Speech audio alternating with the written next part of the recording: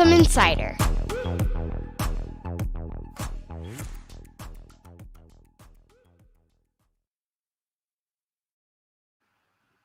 Welcome to The Inside.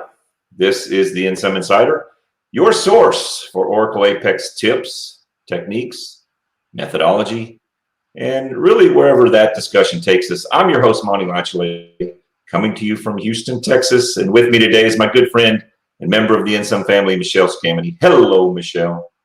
Hello, Monty. At the helm. Keeping us on time and task is our producer, still French-Canadian, Mark Rule. Mark, we appreciate everything you do for us. It's Thursday, February 25th, Season 2, Episode 4. And thank you for spending a piece of your afternoon with us. We're worldwide, coming to you live on YouTube and Facebook. The Insum Insider is, of course, sponsored by Insum, and thus the name. If you're doing anything at all with Apex and you need a lifeline, reach out to us. We offer everything from coaching and mentoring all the way through turnkey project management and development. We're laser focused on Apex, and we have been since 2004. Michelle, how are we doing? We are doing great, but the more important question is, how are you doing? The last time we spoke on Friday, you were dealing with some pretty crazy weather in Texas. How are things this week? Yeah, that's why today's Insider is so timely, because, we're going to talk about disaster recovery and that kind of stuff. We certainly had a disaster last week, and it's we're definitely not out of it yet. As we can talk about later in the session. After the disaster concludes, that's when a lot of the real work starts. So last night I was having to pull personal belongings out of a condo unit that I have, and it looks at this point like it's going to have to go down to the studs. So lots of work to in the future. But you know what? It's just one of those things. Everywhere you live, if you live on the Gulf Coast, there's situations that you have to deal with. If you live in the mountains, there's situations. There's no nirvana out there, but I think where I'm at here down on the Gulf Coast is the closest thing to nirvana for me. So thank you for asking. But I'm sorry. The news is not good. Not good. Sorry that you're having to deal with all of that. Yep. Well, if there's one person that knows about disasters, would you say our guest is familiar with that? Absolutely. I'm really looking forward to today's show. On deck, we have Christina Moore. She is the mayor and the chief of police of Storm Petrel. She does it all. That's an Apex product and consultancy that's specializing in disaster management. Like I said, something we have a lot of experience down here with on the Gulf Coast. Michelle, what say you bring her on? I have brought her on. I hope you see her on the screen. Oh, I see. Yeah, I had a window covered. Yeah, all right, welcome, Christina, to the Insum Insider. You and I known each other now. I looked at the calendar; it's 5 or 6 years that we've been friends. It's great to have you on. First time we met face to cowboy hat was in Montreal, and the most recent time we met face to cowboy hat was August of 2017 when I was in Texas for Hurricane Harvey, which was just a minute in my life before it got surpassed by 2 other twinned hurricanes, which I think is going to be discussed today.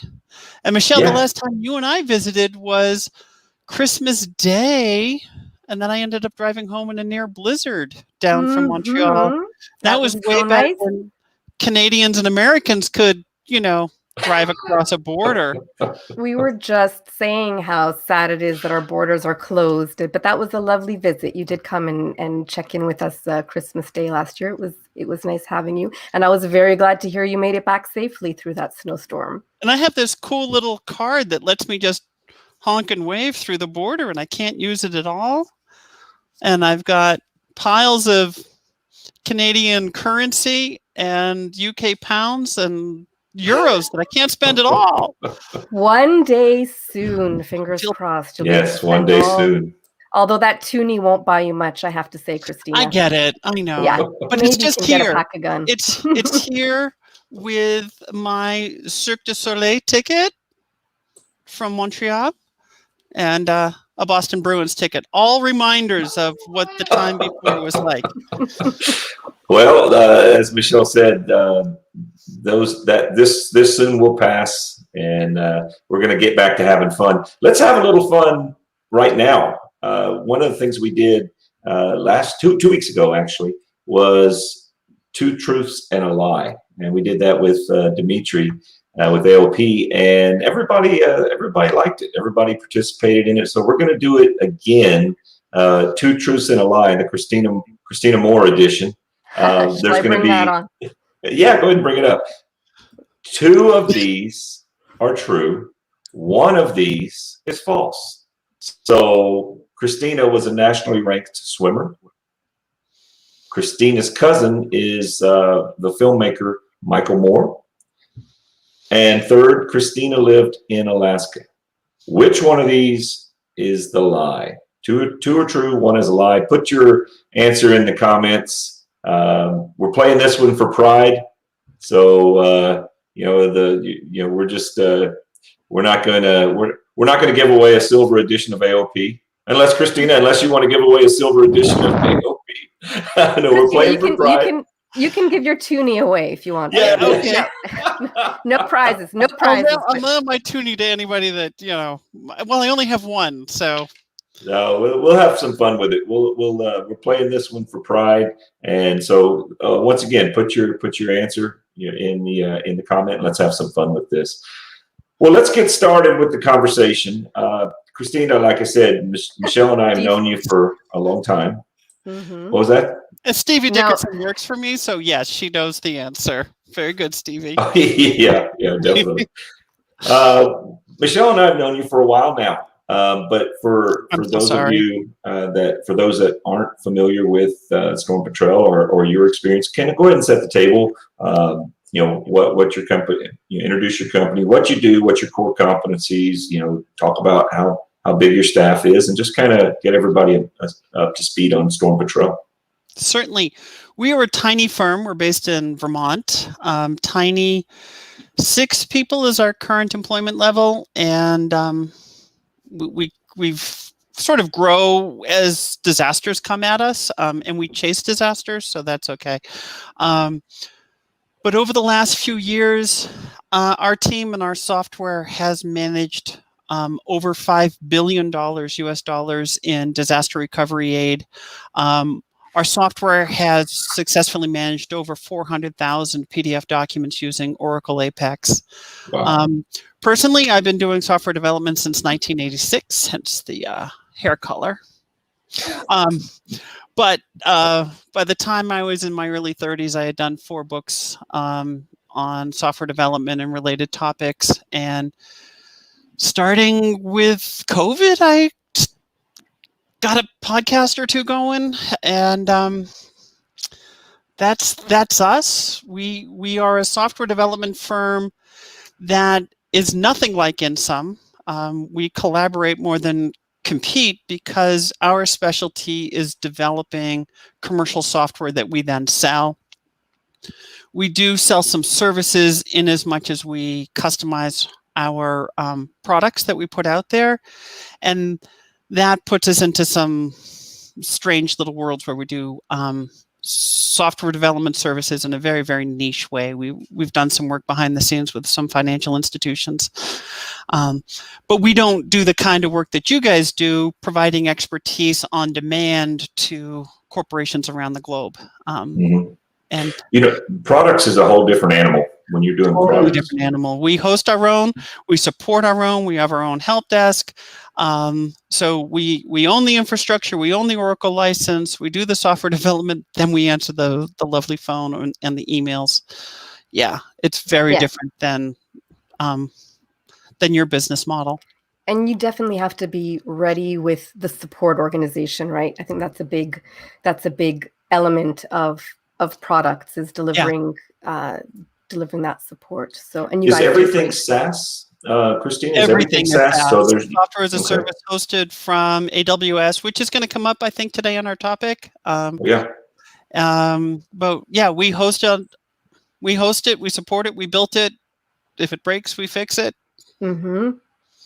So, Christina, you mentioned niche, Yeah. and so obviously one of your niches, your main niches, is disasters. So can you tell us a little bit about how you got started in the world of disasters, how you became I don't want to call you an ambulance chaser, or disaster chaser then. Oh, that's so harsh. No, I would To never. clarify, Michelle, I actually became an EMT at the age of 18, 19. I was a firefighter and EMT, and I worked in the inner city of Boston on ambulances. So I never chased an ambulance. No, that was All the right. first thing to The say. ambulance. And for the years that I came back after, I was EMS chief and a paramedic. And in that role, sitting here in southern Vermont, in Halifax, Vermont, we got whacked by a Category 1 hurricane, Hurricane Irene, in 2011. So given my skills, having worked with the U.S. federal government and worked as a software developer for most of my life, I took up a role as what became a subject matter expert pretty darn quickly in disaster recovery and the regulatory affairs that are associated with that. Because I'm one of those weird geeks that can read a body of rules and take it kind of literally. Probably a little too much Sheldon in me, but it's okay because that's where it applies well. And I worked with some of the communities in southern Vermont, and then that was noticed, and I ended up working for the city of New York following Hurricane Sandy in 2012, 2013. And when I came back from those experiences working in Microsoft Excel and notebooks, I insisted it was time to build something. And what does a software developer do? You know, we pick up hammer and nails and bang on tin and we make something, and what we make is software. And that's when I first really met Michelle. I'd been doing work in Oracle in 95, 96, and for the few years around there. And then I bumped into some tool I forgot about called HTMLDB. Yeah. Forgot about that. And then I had prototyped what I had wanted on some lousy tools, and I was sort of floundering. And Oracle Apex became the best solution, and I needed some coaching. And I said, Michelle. So I was trying to remember what year that was in. I found a picture of myself from that time, and I feel like I looked like a baby, but it was a long time ago, right? No. What was that? 2015, right? Around that time? Yeah, a little earlier, 14. And you picked it up super fast. I mean, the coaching we moved very quickly from me coaching you to you teaching me a thing or two. So no, I remember that time very well. And in a matter of what felt like weeks, you developed this pretty sophisticated suite of tools. You just took it and ran.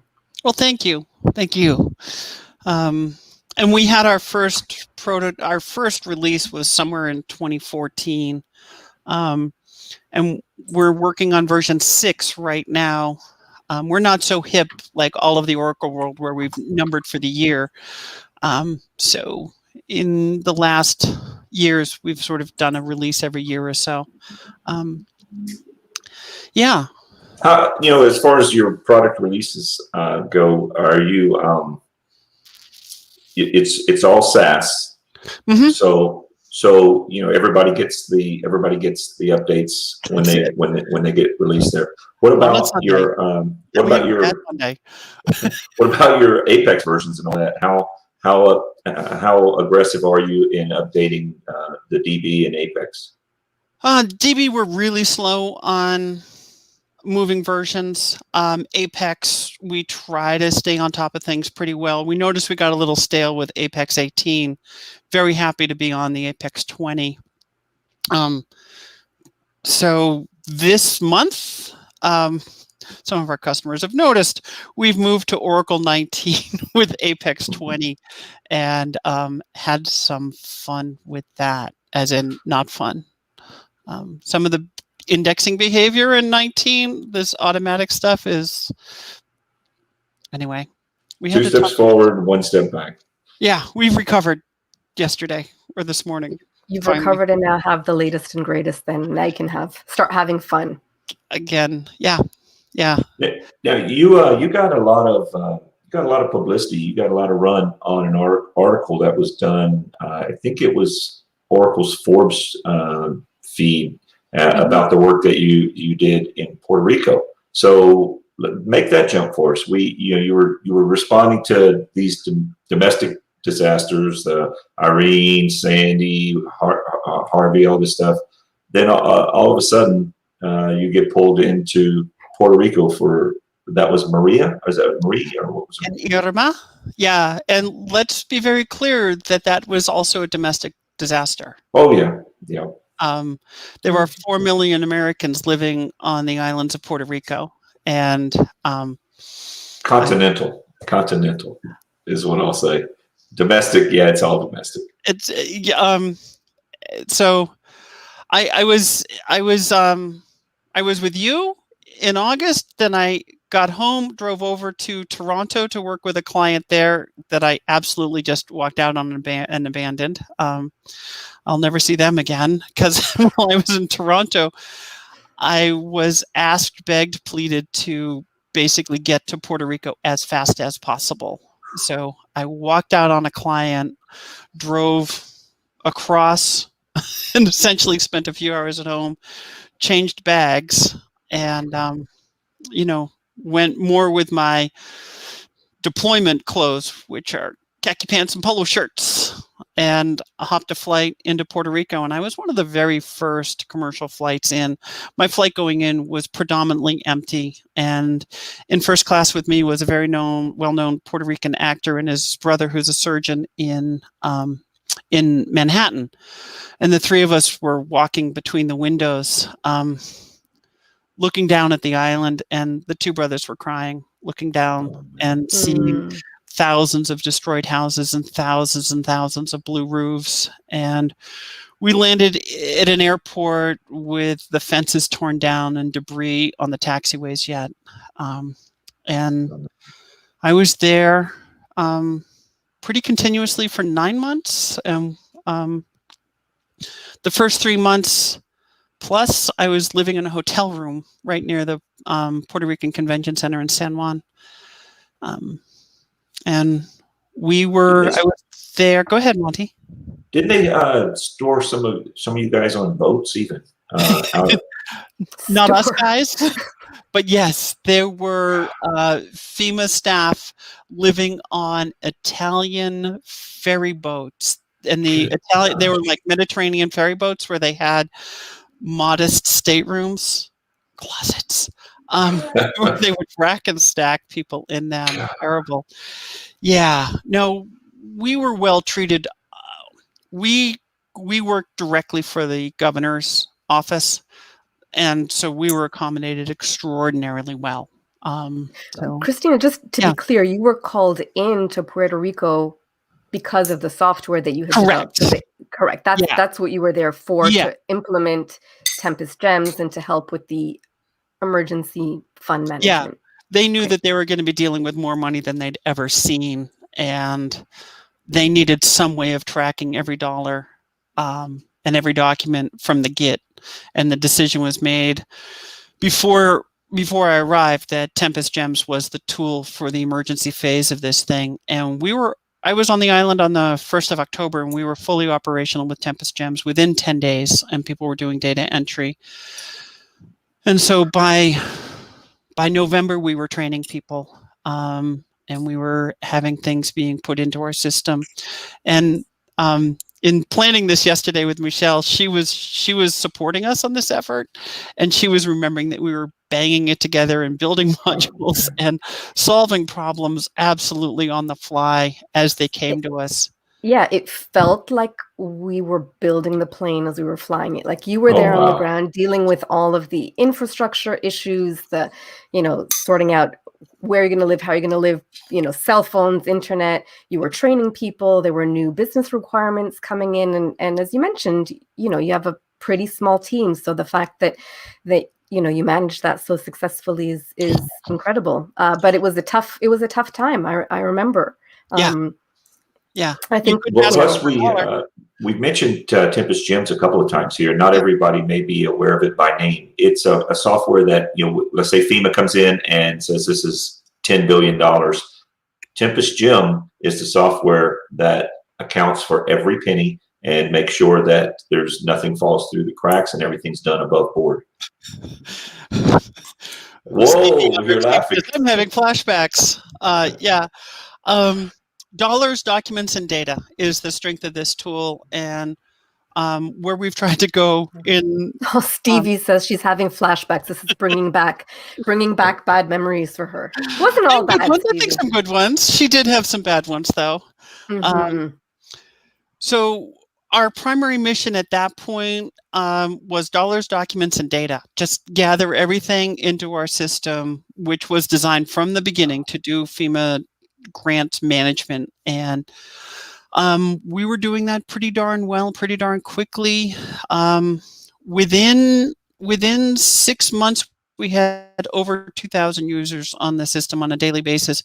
We had translated the application with Raul Gomez's help on our team, who's the head of our customer service team, into Spanish. So we were running simultaneously in Spanish and in English. And we were running a Spanish and English help desk. And we still have that. I mean, Michelle mentioned you're building the plane as you're flying the plane. So how were you actually doing? How much were you able to abide or by develop deployment cycles and stuff like that? I mean, this wasn't all going on in prod, was it? Sure it was, Monty. Oh, absolutely. Man. Oh God, yeah. No, I was designing dashboard reports in production, then trying to remember to copy them down into dev. Absolutely. And Stevie and one of Michelle's colleagues, they would do things at night, pop them. They would try them in dev, sometimes in prod. It was it's one way to do it. That's one way to do it. I was going to say a different version of that word. Yeah. So how long did it take for the dust to settle, if the dust ever settled, to where you started to be able to get into deployments and respond to change requests and that kind of stuff? Because I understand, based on what you and Michelle said, it was utter chaos when you landed. It was the first several months we were actually living across the street from the convention center. We were working in the Puerto Rican Convention Center, and I worked in a room with 3,000 people. and Wow. My desk was a conference room table that was narrower than 1 meter. I mean, it was a teeny desk. It was plastic, and every single person sat on the same conference room chair, the sort of rental chair. And I can't even imagine that today, like in the COVID times, that that everything, even without such COVID, a different world. But yeah, one person sneezed in a corner and everybody got sick constantly. They had a nurse in a booth just outside, and you go out and just get a pile of pills and then go back to work. There was no tolerance for downtime. No, I feel like we need to bring this comment up from Stevie. She always tested, and yeah. yeah. Of course we did. We did. And I should point out that this drink, this is a hangover from Puerto Rico. La Cuba Libre. It's the rum and Coke without the rum. I was going to say, it looked like you're having a glass of wine or something that maybe you shouldn't be in the middle of the day, but yeah. Thanks for clarifying. But so, going from having built this, in a short period of time to 2,000 people using it, managing billions of dollars worth of grants, talk us through, I still remember it quite vividly, some of the technical issues that we faced at the time. So we were, the documents that we were storing, or that you were storing, a few PDFs here and there, that kind of adds up quite quickly. Talk us through some of those pain points. Before we even went into Puerto Rico, there were people in this community, Doug Galt, Scott Spendolini, that were saying to me, you probably should not be storing your PDF documents inside the database. That's going to get expensive. And I was dismissive of them, going, we can handle it. And they were just so right. We ended up lifting all of the PDF documents, which went from megabytes to gigabytes to terabytes. In the end, we were storing 1.8 terabytes worth of data live for these folks. And what wasn't clear in the early architecture, because our system had been around and used by the state of Hawaii and other places in the years prior, it never went through this kind of abuse. Yeah. So what we found was that the PDFs and the very, very large PDFs caused our data volume to double, treble, and even more, because we would do an instant archive of that data. So boom, now we just doubled it. And then we would do a nightly backup, which we would store locally. Boom, now we have 3 copies. And then we would do a backup of that. And then we would image the entire server. So, eventually we were paying for essentially a 4 times factor of the data that we were storing, so that we had all of the redundancy. There was sort of a mantra in my head that as a firm that responds to disasters, we're not allowed to have one. That would be bad form. Oh, gee, someone tripped over the power cord, or whatever that version of oops is. We're not allowed to have that because we hang, expert on disaster recovery. So during this time, Jeff Bezos was pretty happy with you guys, right? Because you had to be eating up a lot of space. And what we were doing in the middle of this is that we started lifting the PDF documents out of the Oracle database and putting them on AWS S3. So we re-architected that while it was live, and had to build those redundancies into it, and all sorts of ways of being very conservative. And we survived brilliantly. It worked very well. But it was hard work, and it was painful work. And there's a mental image of my business partner, John Gleason, running down the street. We were sitting at a Greek restaurant near the apartment, and we were watching the disks fill up. And with Oracle, if you get down near 0 kilobytes free, your database stops. And John's like, "Oh no, we got an hour." Nope. And then whoosh, he's flying down the street, he's adding disks to this thing on the fly. And I don't know if it was in a month or two where we weren't also just scaling up the server's capacity, memory, CPUs. It was crazy. It was crazy. I remember that process of lifting them from the database over to S3. Sometimes it felt like the documents were like crawling out. There was some sort of throttling on the process. We could do like a handful. Meanwhile, more documents were being added. There were nights that we would see coming in from one of the housing programs, 20,000 individual PDFs in a single lift from outside. And then we would have to do our backups and get that uploaded internally. Thankfully, I had already written an AWS S3 interface in a couple of years prior and published that out on Git and on a blog post. So we had the technology to push forward on that pretty quickly. If you didn't join us from the start, we're talking with Christina Moore of Storm Petrel. We had something we put on the screen earlier. It's 2 truths and a lie. Let's go ahead and bring it back up.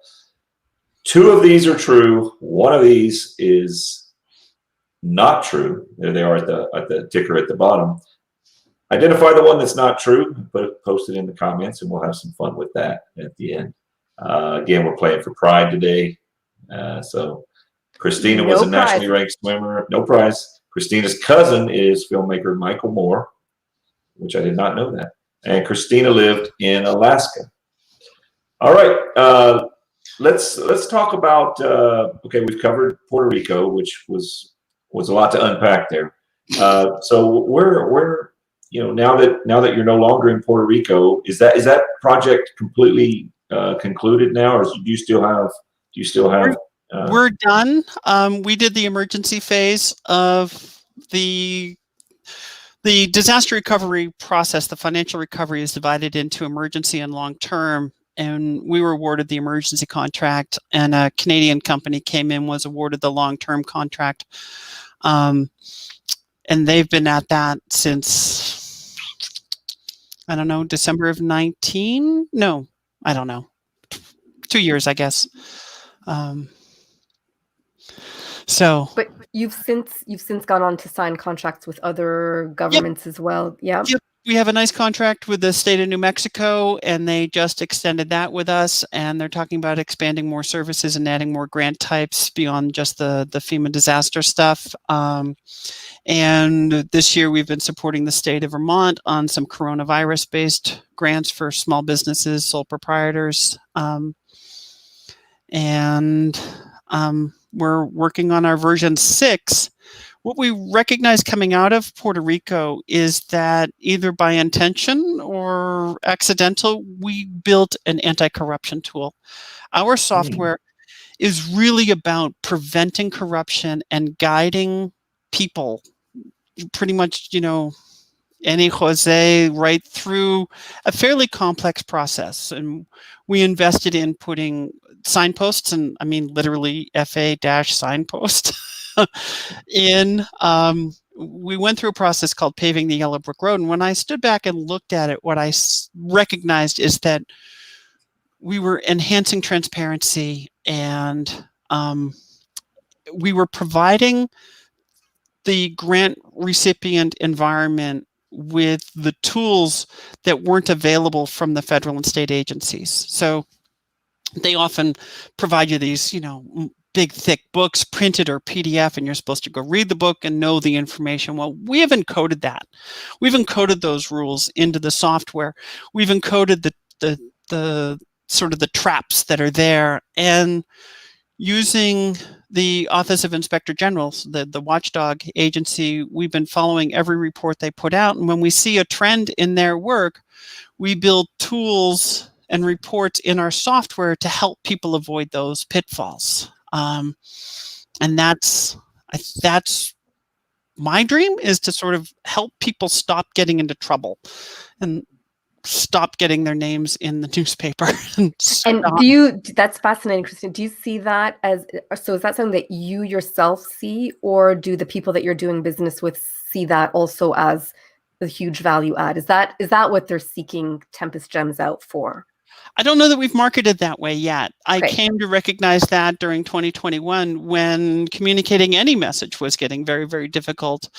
So we hunkered down, and now that it's 2021, I'm trying to say a few things to a few people here and there. And that is our message, is that by using these tools, by using our tool and other tools like it, we can try to prevent the corruption instead of finding it and prosecuting it later.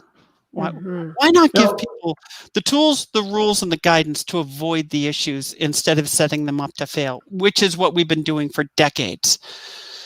No, one of the things that you and I discussed whenever I was really learning about your business is that if someone if someone's a Tempest GEMS user, and let's talk about the money flow just for a second. Yeah. It's all reimbursements though, isn't it? To where so if I use Tempest GEMS, I can be not guaranteed, but I mean, I know that I'm going to get what I need to get from the FEMA government because my paperwork is going to be intact. Everything, all the I's are going to be dotted and the T's are going to be crossed, so that the government's not going to come back and go, well, I told you I was going to give you $1 million, but you're only going to get 100,000 because you didn't fill out the paperwork right. That's it. And the trick that I think we've all learned during 2020 and 2021 is sort of lean back and lay into a process, let a process work. And so instead of fighting with software, instead of fighting with regulations, lay back and let us guide you through that. Because if we're suggesting that this is needed, we're suggesting it because we've been through the failures. And just because you didn't get caught last time doesn't mean that you didn't violate the rules last time. And the money flow on all of these things is very complicated, and the rules are very, very complicated. And what we run in with the U.S. federal government is the same thing that World Bank and UN run into, in that you've got this very large organization providing funding to smaller organizations who administer the grants, who then turn around and issue sub-grants to municipalities, counties, nonprofits. And somehow, a small community on an island doesn't understand the federal regulations or the UN regulations or the World Bank regulations. And, to say, hey, I need your invoice, I need your proof of payment, and I need to know that you just didn't turn around and give this money to your cousin. Basic rules, and they're pretty consistent. So over the last year or two, we've also worked very, very hard at stepping away from FEMA, being more broad-based in the grants that we accommodate, and also looking beyond the U.S. national borders to multinational grant environments. Well, I choose to think that, it's great that you're building in some anti-corruption, but I choose to believe that most people want to do the right thing, but it's, when you're dealing with a stack of papers and regulations a foot tall, it's difficult for most people. So I think this is great that you're able to insulate people, help them, guide them. Michelle, I'm seeing two of you now. There you go. Stop drinking, Monty. Hey, is there, as far as looking ahead, you talk about grants. Whenever I think of grants, I also think about things in the higher ed space and not just in disaster. Is that an area that you're going to target in the future, or is that just apples and oranges? There's no it's correlation. Not. We've been chasing that, and we were certainly paying very, very close attention to the trillions of dollars that came through the White House for coronavirus. Our thought was then, is now, that the United States federal government should provide a single pane of glass for the elected representatives and the executive branch to see where all of these funds are going. And I don't mean to be making a plug. I appreciate being here with you guys, and you're a very valuable partner, but that's sort of been a vision, is that why fragment and segment these things up in so many crazy ways when the rules are pretty uniform, the process of getting through things are pretty uniform, and why ask people to go to crazy books and everything else to find these rules, to follow these rules? Why not just give them the tools, the training, and everything that they need in a single platform and let that scale out? And, we've been doing this for years, and it's possible. It's absolutely possible. And I so appreciate the state of New Mexico for having this vision. And since I was mentioning you guys have been a critical partner to us. Whenever we get into trouble, we turn to our friends at Insum. Over the years, it's been so many things. Database administration, Adrian Ping helping us with some SSO stuff repeatedly during 2020 and 2021. Whenever we need something special. Monty, some of your code from 6 years ago is still sitting in our software somewhere. Better test that stuff. It works. It works. Stevie's tested it, apparently. She says she has. Well, we appreciate the relationship. We definitely appreciate the relationship. But you guys come well armed, and so by the time things percolate to us, it's usually something that even worse scratching our heads. We have to pack a lunch. I have, Christina, a bit of a loaded question, if you don't mind. So you went from 5 years ago just learning about Apex to being on the ground in Puerto Rico, building the plane as you're flying it, supporting thousands of users, translating it into Spanish. How much would you say all of that, being able to do that, is because you were using Oracle Apex? How instrumental has Apex as a tool been to making all of that possible? It's been huge. First, to think that I have to acknowledge that I have been doing database software development since the mid-'80s, and there were 4 books about software development, and I had been using Oracle off and on since 1995, I think 8i or something like that.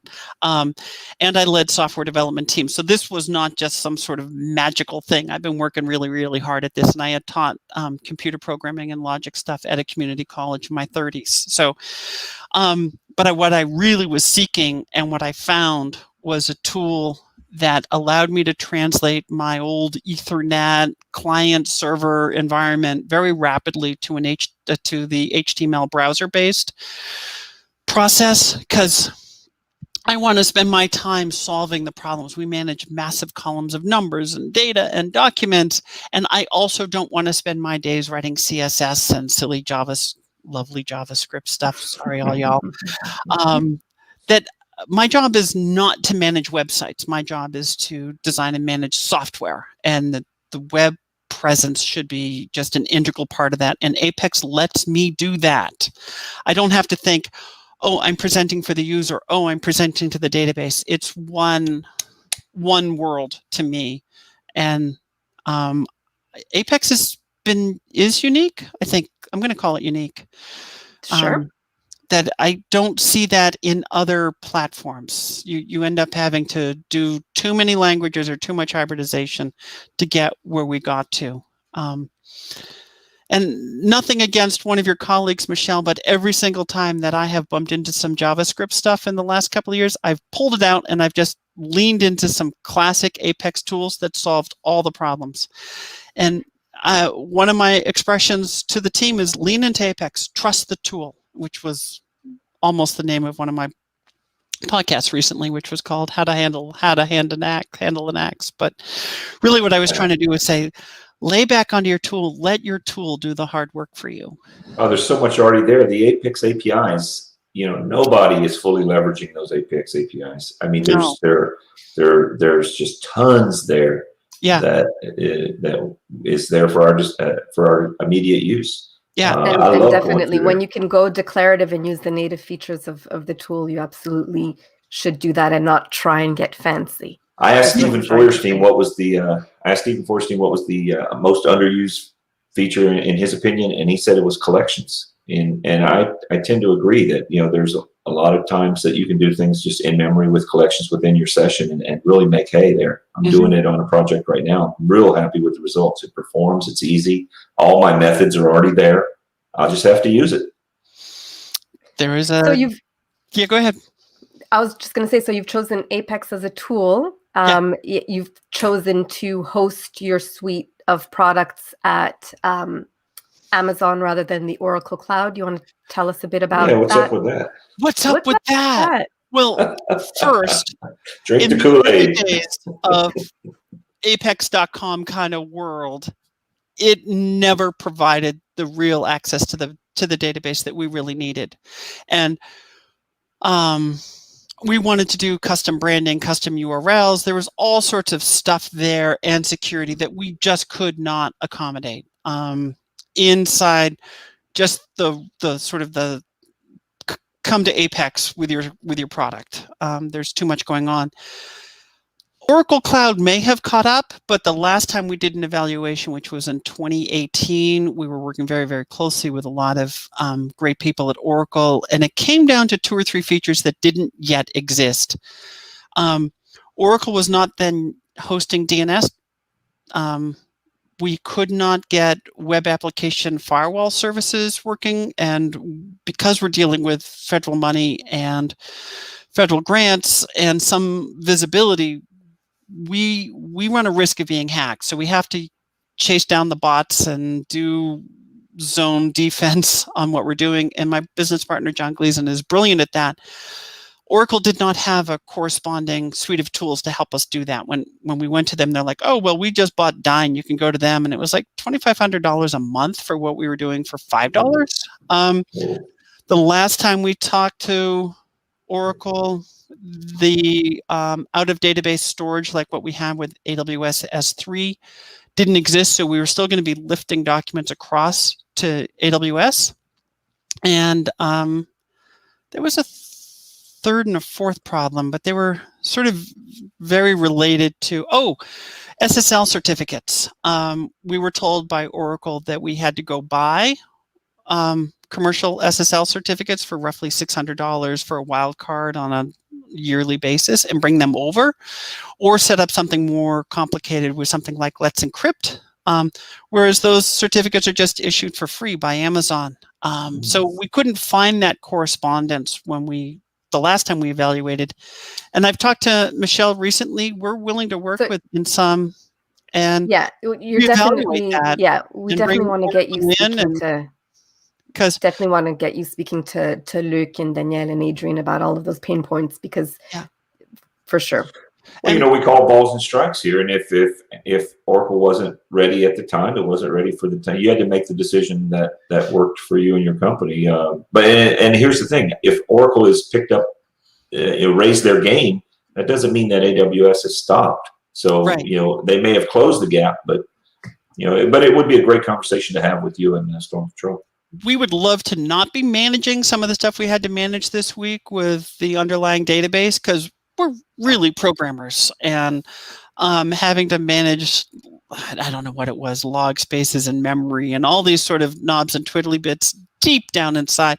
We would not have to have done that in the Oracle space. That's some of the beauty of autonomous database. You wouldn't have to worry about managing. Exactly. So we own our own license, and we're sitting on a Linux box, so we have to own that entire stack, right down to the NATA power cord and the Ethernet port, which is also virtual.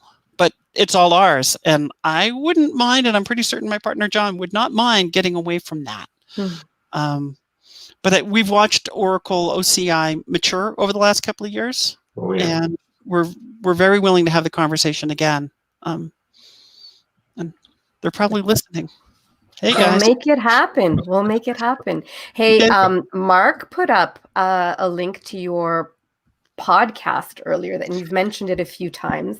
I have at times called you a multi-passionate entrepreneur. I've never met someone that has as many hobbies and passions and interests as you. I've loved listening to your podcast, and actually I would encourage our audience to check it out, because we've talked about a lot of things today. Christina's journey, the soul of an internet machine is the name of the podcast, and Christina's also a wonderful storyteller. So if you listen to the podcast, you'll get a little bit more insight into some of the trials and tribulations of a small business developing and rolling out a SaaS. Or walking in the woods in Vermont. Or walking in the woods in Vermont. But whatever is crossing my mind at that moment. Somehow I link it back to Apex once in a while. How did you manage to produce so many podcast episodes in the middle of all of that? Monty and I know how hard it is to do some of this stuff, and we're not even...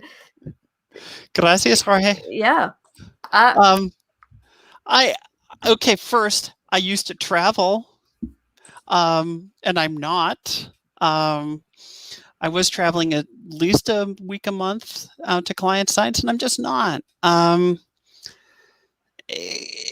love to write, and even though it's not visible in the world, I'm writing all the time. And I loved writing my Oracle blog, and I got so busy with Puerto Rico, I stopped going back to. Thank you.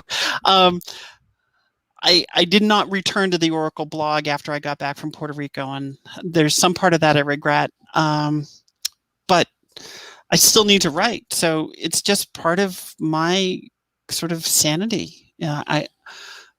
We've got so much snow here in southern Vermont, surrounded by these hills.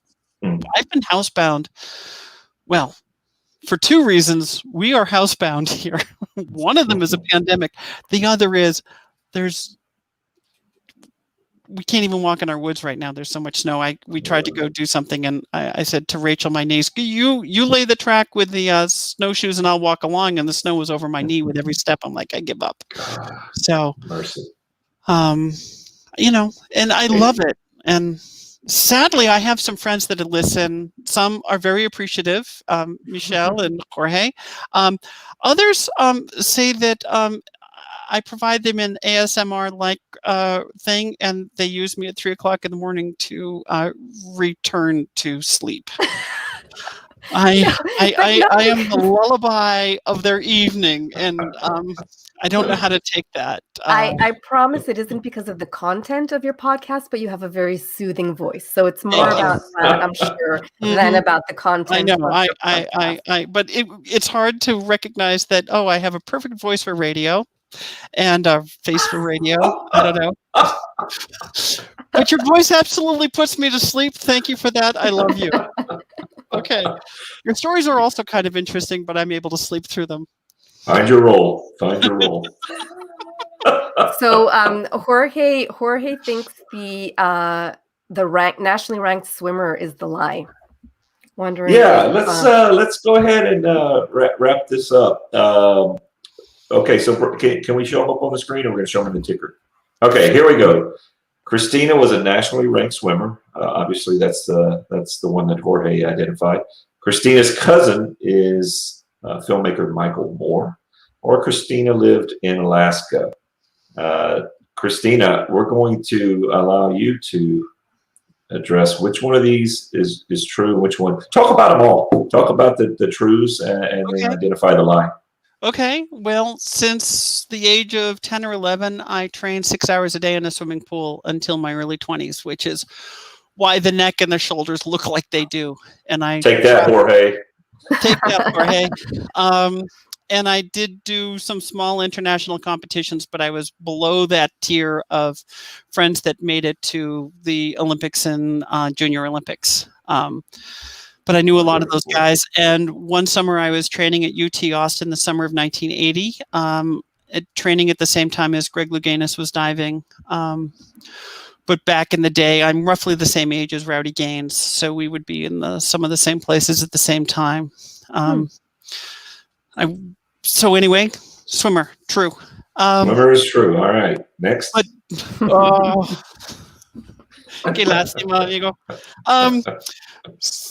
Michael Moore, though, I bumped into Germany by accident once, and I flew from Anchorage, Alaska, where I was living, to Frankfurt on a German charter plane, and I was the only non-German speaking person on there, so everybody just spoke to me in German, and I was sitting in front of the toilet, so the very first phrases I started learning in German were, they were asking me if the toilet was free, Toiletten free, and I'm like, nein. So I was the answer person on whether the Toiletten was free, and during my time in Germany, nobody really tried to speak to me in English. They just were like, oh, we assume German. Even when I went into Alsace-Lorraine and I tried to use my really crappy French that I've used with Michel, they answered me in German. So maybe the big D on my S-Class Mercedes was some sort of clue. But as I was leaving the country and I went to passport control, the first person in weeks spoke to me in English, and he says, "Oh, you must be Michael Moore's cousin." I said, no. I was first shocked that he spoke to me in English. And then, what a strange thing to say to me. But no, I am not Michael Moore's cousin. And no, I don't speak much German, but I got through weeks of living there. Wow. Jimmy Moore's sister. All right, so that one is obviously that is the lie. Yeah. All right, no, my family name is McDonald, and I married a guy named Moore. So. All right, and then the last one, you actually lived in Alaska. I lived in Alaska for 10 years and 10 weeks. Loved it. Moved up there in 1995. Came home to New England in 2005. Was here for a minute. Got invited to go join the U.S. Army over in Iraq, so I showed up in Killeen, Texas in August of 2005 for months of training. And I was one of 6 civilians inside the 4th Infantry Division. And I deployed first to Kuwait for a month, then to Iraq for 311 days. And then had to return to Killeen in 2008 to out-process and return all my kit. Well, thank you for your service at that time. As a civilian. As a civilian, yeah. Civilian, a very strange world. My boss was a major, and the team that worked for me was a uniformed platoon. But we did the high-tech stuff. We were doing fiber optic, microwave, and network engineering all around Iraq. Nice. Yeah. Well, look, Christina has enough stories to last several lifetimes. I would. We're not out of content. We're out of time. That's for sure. Thank you very much for joining us. This is exactly the kind of content we like, and it's not about rows and columns. It's about stories, and it's about what makes us successful in the space. What drives us. So thank you so much for. Thank you guys for having me. Thank you. The best with you and best with Storm Petrel and your staff. We definitely appreciate having you in the community. And look forward to another face-to-face meeting as soon as that can happen. Someday soon. Yeah. Or virtually a K-scope. That's true. Virtually, That's true. yes. So Monty, why don't we look into what's coming up next on the Insider? In a couple of weeks, we have Jennifer Nicholson from the ACE program, along with all of the Insum ACEs that will be talking about that. I gave March Jeff Gandolini a plug already too. You Yes. did. And he will be here March 25th to talk about the COVID-19 applications and the team he's put together at Oracle. And then, as always, please don't forget, every Friday at 12:05, we have Anton and Hayden that deliver a quick 5-minute Apex tip. So join us right here on our YouTube channel or Facebook, wherever you're joining us from. And that's it. That's it. Thank you, Mark, for the reminder. We've got a lot going on between the Insider, the Instant Tips. We have webinars. We've got another show that you'll be learning about soon. If you want to just go one-stop place for all of the Insum events, right here on our website, you can have all of the full schedule there. So, Christina, again, thank you so much for joining us today. It's been a real pleasure. Monty, glad to hear everything is, well, better than it was. We're going to make it. We're going to make it. It's a whole lot less zeros involved in my deal than what Christina's used to. She's used to big disasters. Mine's just a little disaster, but it's hitting close to home. Yeah. Tell you what, Michelle, cue the music. We'll dance on out of here. We'll get everybody back to work. Thank you, Christina. Thank you, Michelle. Thank you, Mark. And I hope everyone's enjoyed being on The Inside. Thanks, everyone. See you later. Bye.